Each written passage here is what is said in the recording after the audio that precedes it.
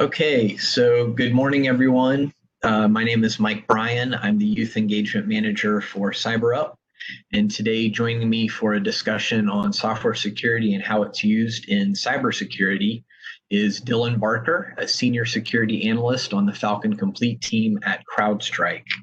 Um, so far, we don't have any participants, but if any do show up, then just drop any questions or comments into the chat, and we'll deal with those at the end of the presentation. And yeah, so take it away, Dylan. Awesome. Thanks for the introduction, Mike. Thank you. So today we're going to talk a little bit about software vulnerabilities and secure coding and how that sort of impacts our view in the InfoSec community and what careers are available in software security. So a little bit about myself. My name's Dylan, as Mike said, and I'm a senior analyst at CrowdStrike. Previously, I've done vulnerability management for level 1 PCI DSS processors. So what that means, it's kind of a mouthful, but anytime you swipe your card, that transaction would go to us, and we would store a record of that. So, and then we'd pass that on to MasterCard or Visa. So you can see why security would be very important, and managing the software vulnerabilities that we had would be important there. Also a member of the SynacRed team. It's a whole lot of fun. It's open to anybody as long as you can pass the exams, and I have no doubt that the people who would be watching this presentation would be able to do so. A lot of fun, but that's enough about me. So we'll go ahead and move on to talking about what software security actually is. So broadly defined, software security is the application of techniques to test software and attempt to ensure it is free from vulnerabilities. Kind of a mouthful, but what it really means is at every step in the process, right, you want to look and apply some testing to make sure that no unexpected things can occur within your software that maybe the developer didn't intend, or maybe you don't want the user to be able to do. So mature software security programs are going to involve their security personnel at every step of the life cycle. A lot of the time, what you'll see in less evolved programs is that they'll only involve security personnel maybe after something really bad happens, right? So in mature programs that have really grown and become excellent at what they do, they'll involve the security personnel every step of the way. So to kind of illustrate that, what we're looking at is oftentimes as a first step, you'll see the developer creates a new functionality, right? So something that the user can do within the application, if it's a bank app, transfer money. But once they create that, instead of just releasing it directly to the user for them to do it, they'll actually pass it to a pen tester or an AppSec engineer who will check that software for vulnerabilities and make sure that there's nothing in there that could be exploited to, benefit one person or steal money or something like that. And then the tester will deliver a report to the developer. The developer will take a look at what the tester found, and they'll actually go back through that and sort of either create new functionality to mitigate that or fix the feature that was exploited. So really you want to see this big circle here where one process feeds into the other, and that's what a good software security program looks like. As we talk about vulnerabilities, though, it's important to define what that is, because it can mean a lot of different things. But in this instance, we're going to talk about a design flaw that results in unexpected behavior within an application that may lead to unauthorized or unauthenticated activity. That's the pretty broad definition that I've got verbatim here on the slide. But really, what that means is a mistake that a programmer or a developer made that lets somebody do something they're not allowed to do, or something that they shouldn't be doing at all. So that is to say, they may get admin rights, or they may just flat out break the application. So that's a vulnerability. A good example of this is actually from an engagement I was on. I just had this sitting around, so I used this picture. You can see right here is an injected script within a web application that I saw a couple of months ago. So that is an example of a vulnerability. We were able to pass within this theme parameter here, break out of these brackets and inject our own script. And so now that we've sort of defined what software security and vulnerabilities are, I figured we'd move on to a few examples and break into some stuff for you guys. I feel like that's a little bit more exciting than just talking about it. So the first vulnerability we're going to talk about is going to be what's called cross-site scripting, or XSS. It's probably an abbreviation you've seen before if you're familiar with this kind of thing, or you do any sort of research on it. So defining cross-site scripting, it's injection of malicious code, usually in the form of JavaScript, into a web page due to failure to sanitize input. So what that means is that we can actually break out of the HTML of a web page, right, and put our own JavaScript in there. So the ability to generate that JavaScript within the web page can allow us to make the user's browser behave in funny ways and do things that we want it to do. So there are two kinds of XSS. There's stored XSS, which is the worst one, and there's reflected XSS. So we'll go ahead and talk about the differences between those.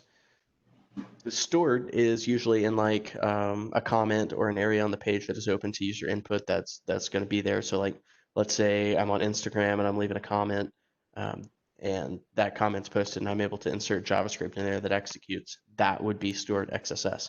So anybody who can view that comment is going to be vulnerable. And we're going to get that JavaScript to execute in the context of that user's browser. Reflected is a little bit different. So that's reliant on social engineering usually. It's usually like within the little URL that you type up there. So that's a little more obvious. It's usually in like a little parameter at the end of the URL, or some other user controlled input, but it relies on you getting that user to click a very specific link. So it's a little bit less of a threat because, you know, if you see that link and you've got something in there that looks suspicious, you're probably less likely to click it. So looking at an example in code here, very simple web page that I created. So you can see that we start our session and then there's this little thing in the URL here, name equals, and then in this instance, I put Dylan.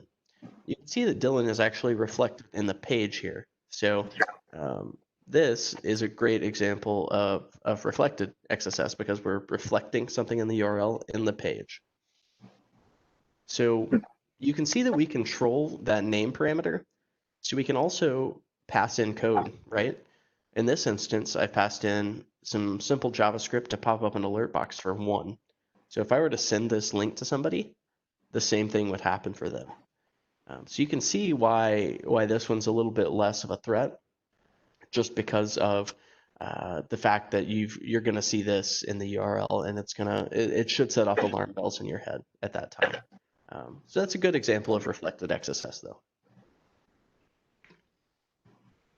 So to kind of move on here, let's go ahead and take a look at an example.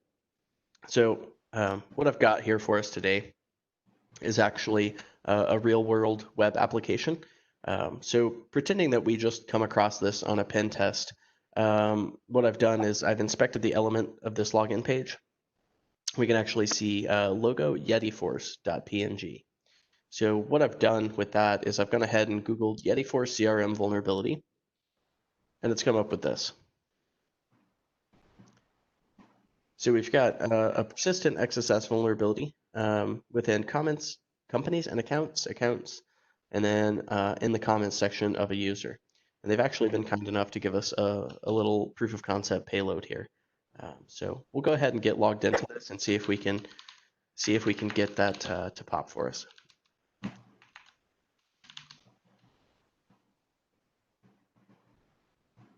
So companies and accounts.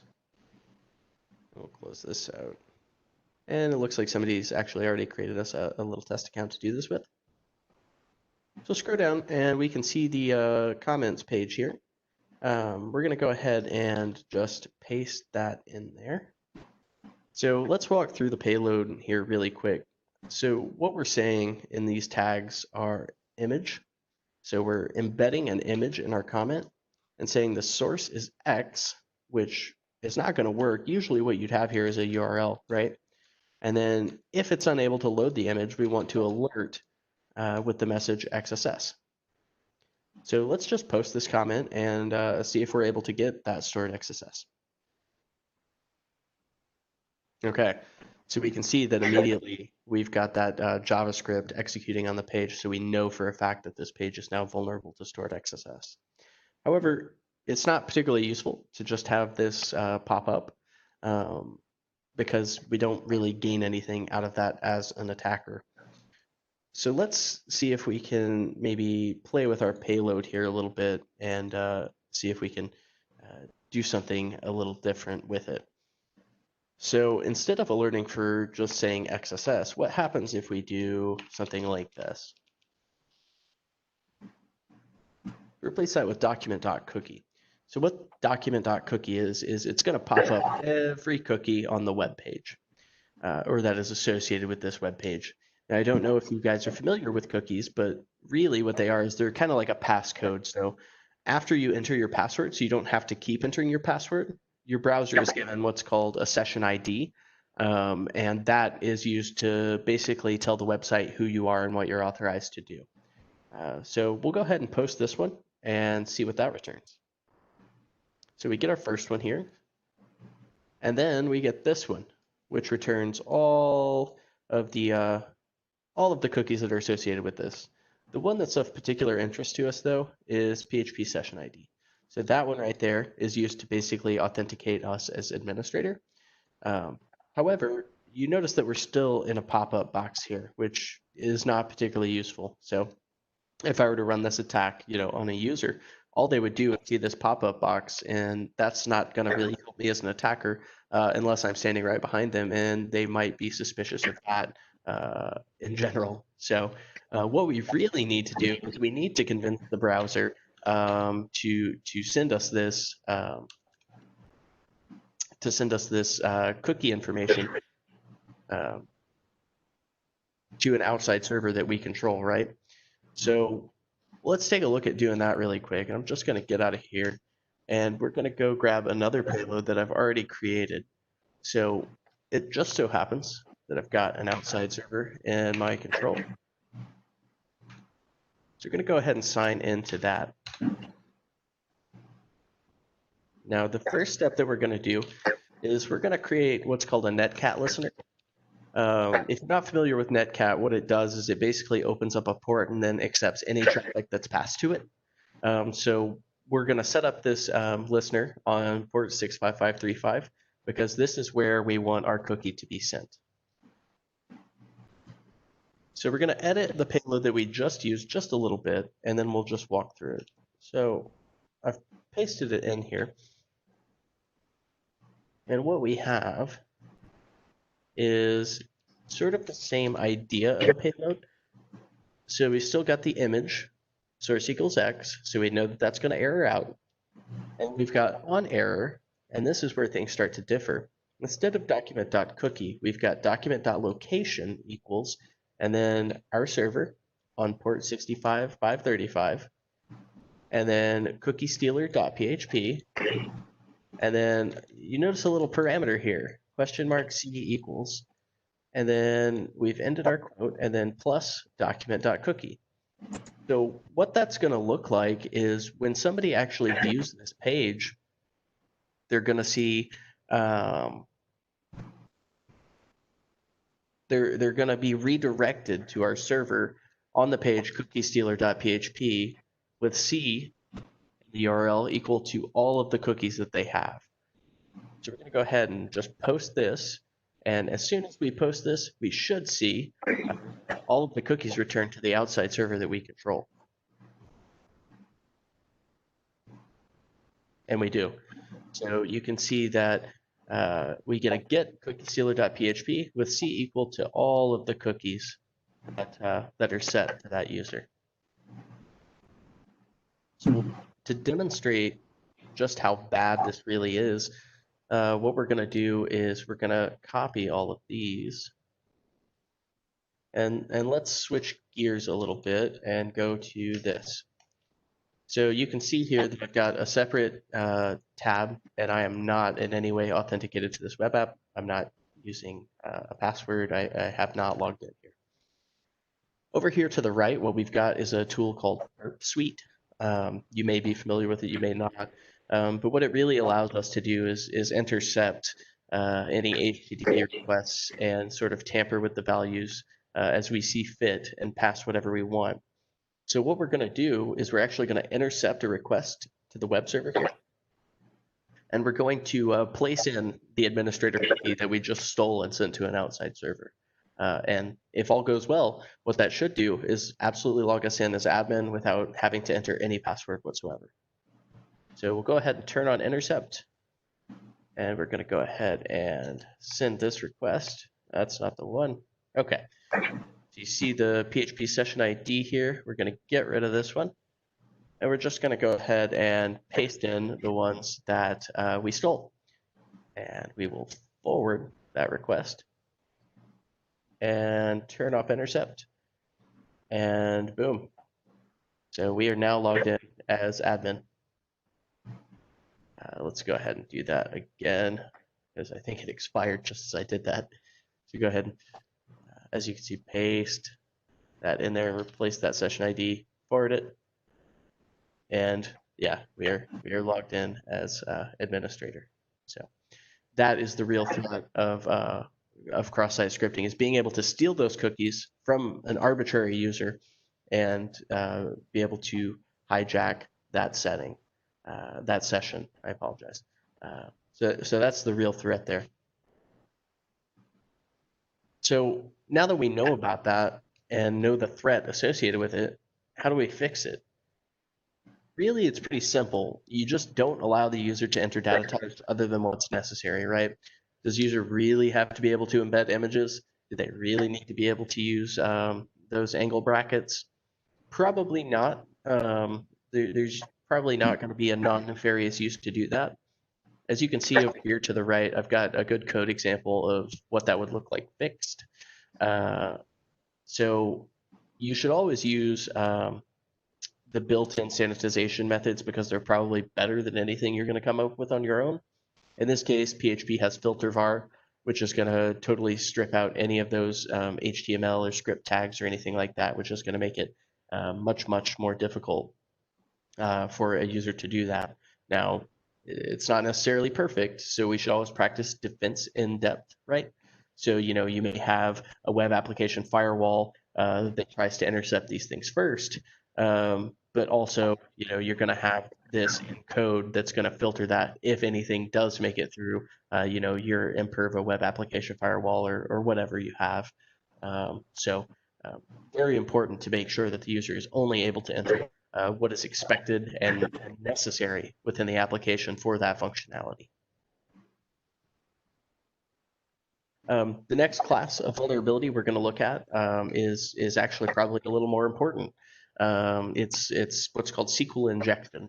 So what that is the ability to tamper with the logic of an existing query. So oftentimes when you authenticate to a web server, you enter your username and password. A query like this one out to the right is sent to the database server. So what we're doing is we're trying to break the logic that the DBA or the web app programmer has put in place.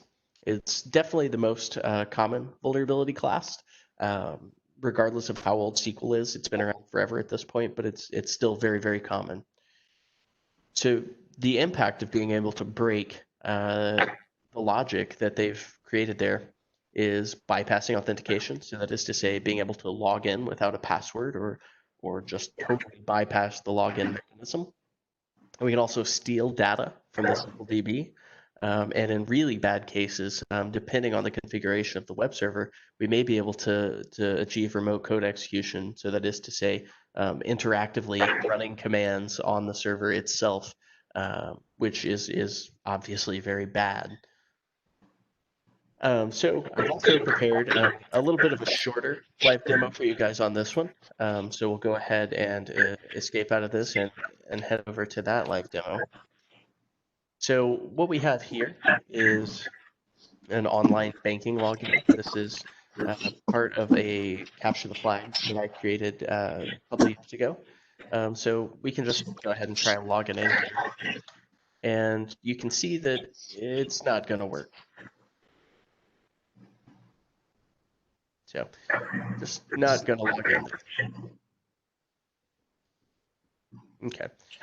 So if we look at an example that I had here on this slide,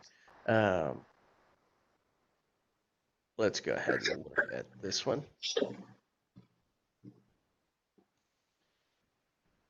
In this example, you can see where we're selecting star for users where username is admin and the password is administrator blah. So what happens if we enter into the password field blah 123 quote or quote 1 quote equals quote 1? If we enter that into where the password is and it's not sanitized, you can see that it kind of breaks the logic here and puts it at select star from users where username equals admin and password equals their password, or 1 equals 1. So what we've done here by breaking that logic is we've made it always true, right? So no matter what, this statement will evaluate to true, which means that we will be immediately logged into the web application. Let me see here. It didn't look like my web page was actually responding, but we'll I think I've actually still got intercept on, which may be part of the issue. Let's go take a look and see if I do. And I do. So that's why. So as you can see, we tried logging in. Didn't work. So we're getting our username and password incorrect. So taking a page from the example that we just did. So we'll do blah 123, and then we'll terminate that string. We'll say or 1 equals 1. You'll notice that I don't have a quote here at the end. That's to take care of the final quote that'll be there in the already existing query. So we'll do add, and then we'll paste in our tinkered string here, and we'll log in. Don't save that. And wow, would you look at that? We are logged in as admin because it evaluated to always true with that or 1 equals 1 at the end. So now that we're logged in as admin, right, we can do pretty much anything we want. We can go to the balance page, we can go to my account, all kinds of stuff. So that sort of demonstrates, just how easy it is to perform SQL injection. I find it always helps to write out what you think the query is, and then try different things in there and look at what would break that logic. How would it help you? Just try those different values.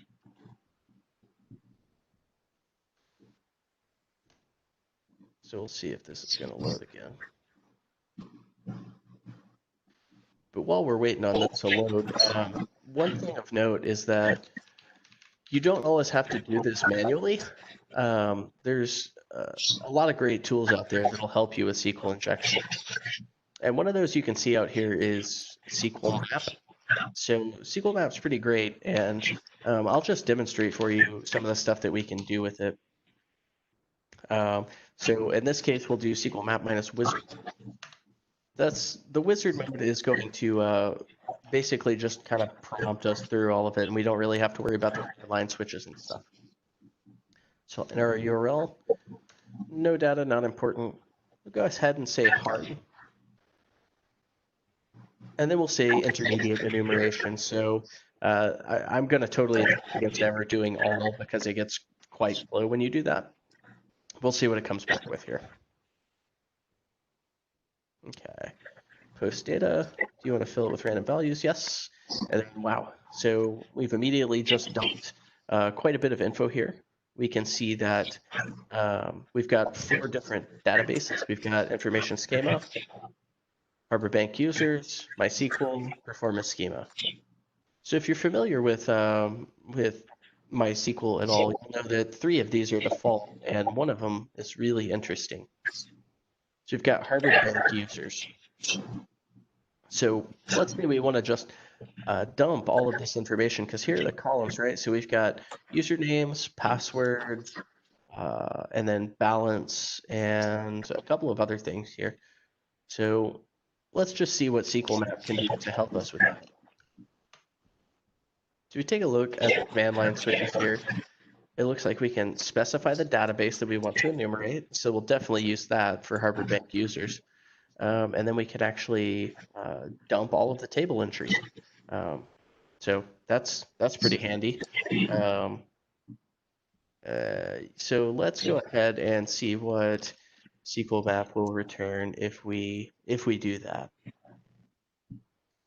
Grab our little command here, and we'll walk through that a little bit. So we've got SQL map -u in our URL. We're instructing it to dump. We're instructing it to use forms, which is our little login form here. And then we're doing -d for the database, because we've identified that Harbor Bank users is the database that we're interested in. And then crawl is just simply instructing it to make sure it checks every form. So we'll go ahead and run this. That's not important in this instance. We don't really care about that or that. Okay, so it's found the form, the login form here, and it asks if we want to accept it. We're going to say yes. We're not going to edit the post data, and we are going to have SQL map fill it for us with random values. And yeah, we'll go ahead and take the cookie. We're not really concerned about that. And it's already found the SQL injection. So it's vulnerable to a post parameter here, Boolean base blind. So we'll go ahead and say yes. Uh-oh, looks like I accidentally copied that. So we'll go ahead and run that again.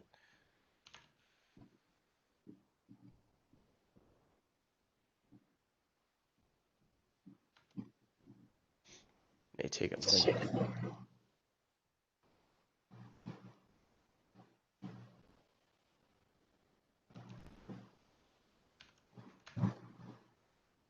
All right. Let's just.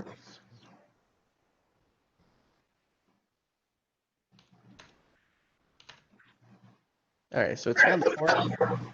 Gonna say yes again.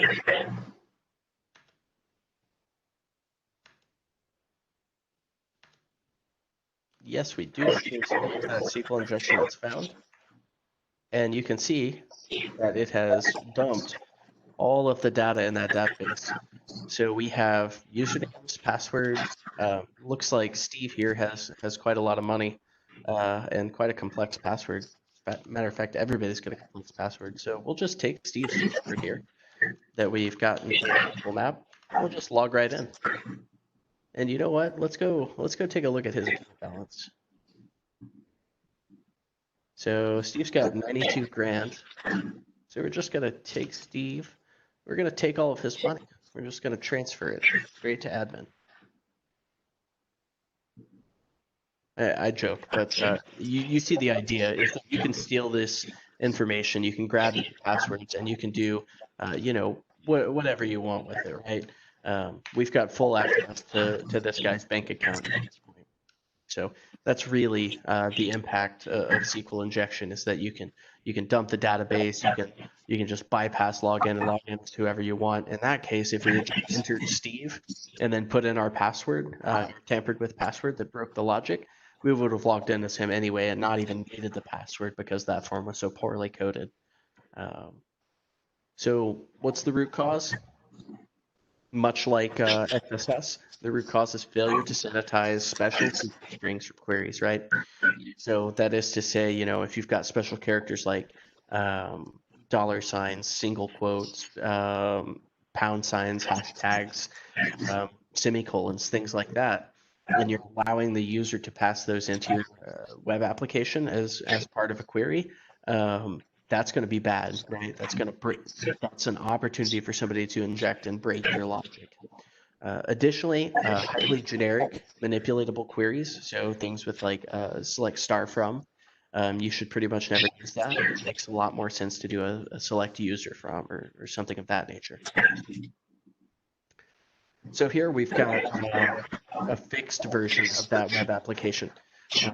So you can see that in this instance, I've used the built-in PHP MySQLi escape string to practice what I preach here and use the inbuilt sanitization method. So what that does is before the user or the password variable sent, it basically strips any special characters right out of there that could be used for SQL injection. So that's a really great way to make sure that you're sanitizing that input. Another way you could do it, or you could do both and practice defense in depth, is not only escape the strings, but also do what's called preparing a SQL statement. So what that does is basically it'll send your query here to the server first, and then it will send these, but not as part of the query, right? So that means that the user has no opportunity to break the logic because their data is never part of the query, so to speak. So having both of those, and then your web application firewall out front is a great amount of defense in depth against SQL injection. So now that we've covered a couple examples of vulnerabilities and how they're used in software security, let's talk a little bit about the roles that are available to you in software security. So there's a lot of different folks that work in software security. So first you've got the software engineers that we've talked about. They're responsible for building the application and making sure security is in there from the get-go, right? They're the ones responsible for ensuring the security of that application. Again, they also make changes on tester feedback, and moving on to the testers, you've got folks like AppSec engineers who are the ones responsible for testing the application, right? So they're the ones who make sure that everything's secure and there are no vulnerabilities there that somebody can use to break in or benefit from or steal everybody's money, like we saw in the last example. Now, it sounds very glamorous to be an AppSec engineer because they get to hack stuff and break into things. But also there's a lot of writing that goes along with that, right? It's not all just fun and breaking in and using Burp Suite and hacking stuff all day. You've got to be really good at communication. So you got to be excellent at writing things and translating technical language to maybe people who aren't quite as technical as you. Maybe you've got to report to the board or the CEO or something like that. You've got to be able to translate that very highly technical knowledge and technical language into something that maybe the everyday person can understand. So that's very important as an AppSec engineer. And then you've got folks who are in incident response like me, right? So try as the AppSec engineers and the software engineers may, they're not necessarily always able to prevent things happening. Bad things just happen sometimes.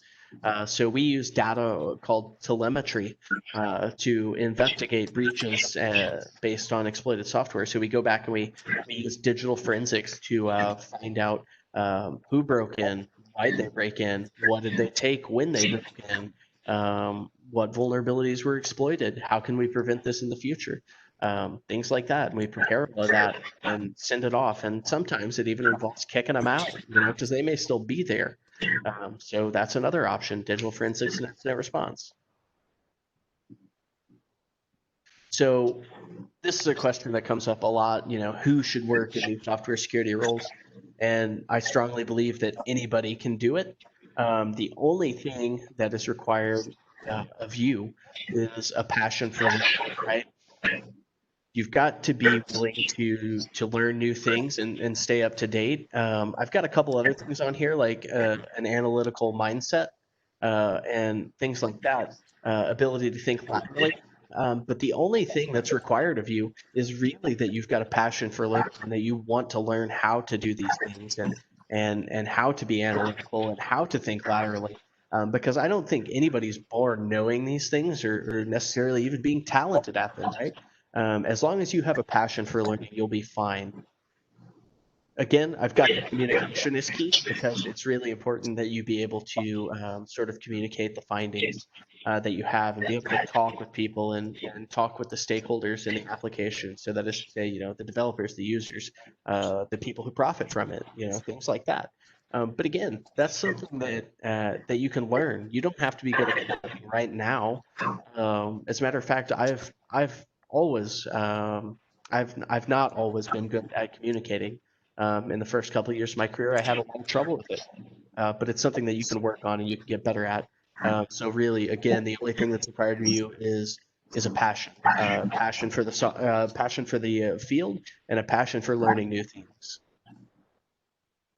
Another question that comes up frequently is, do I have to know how to code in order to get involved in software security?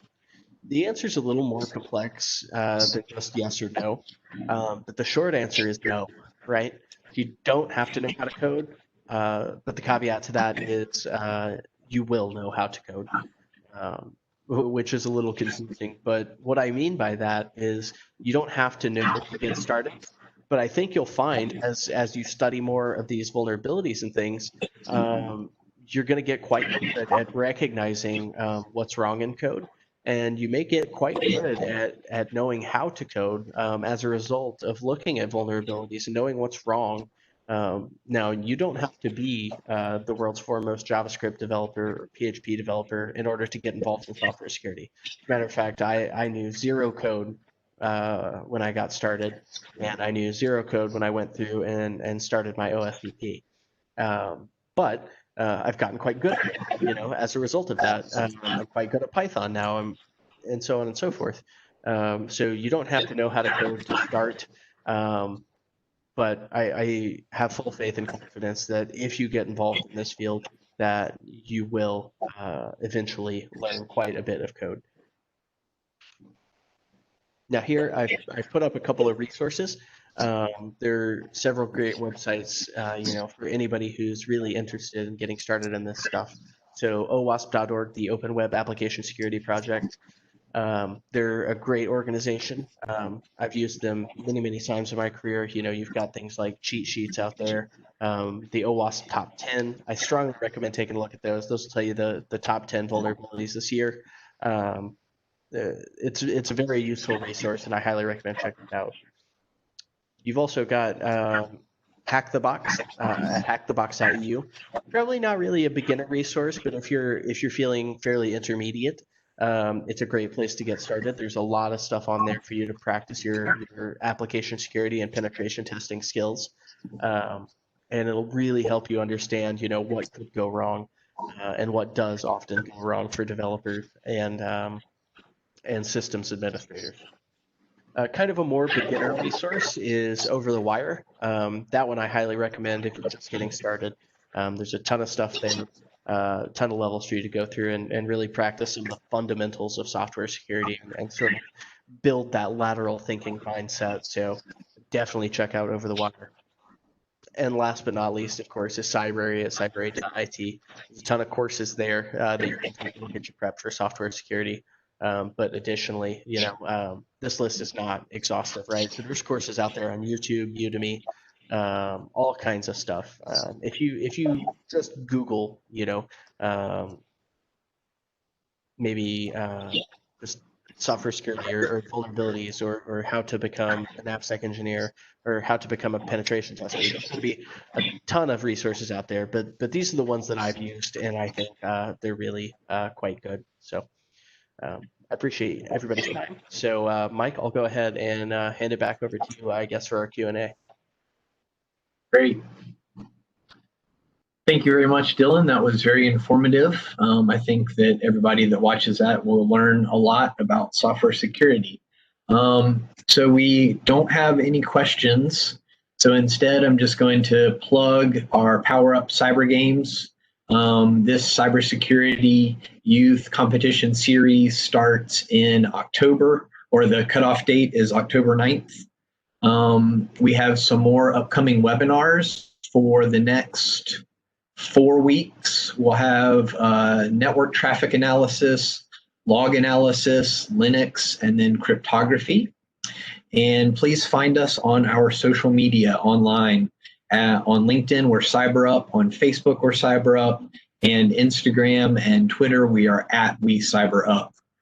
So please follow us and make comments on our posts. We love to interact with people. So I think that wraps it up today. Dylan, thank you so much for your time. I really appreciate you joining us and your informative presentation. That was awesome.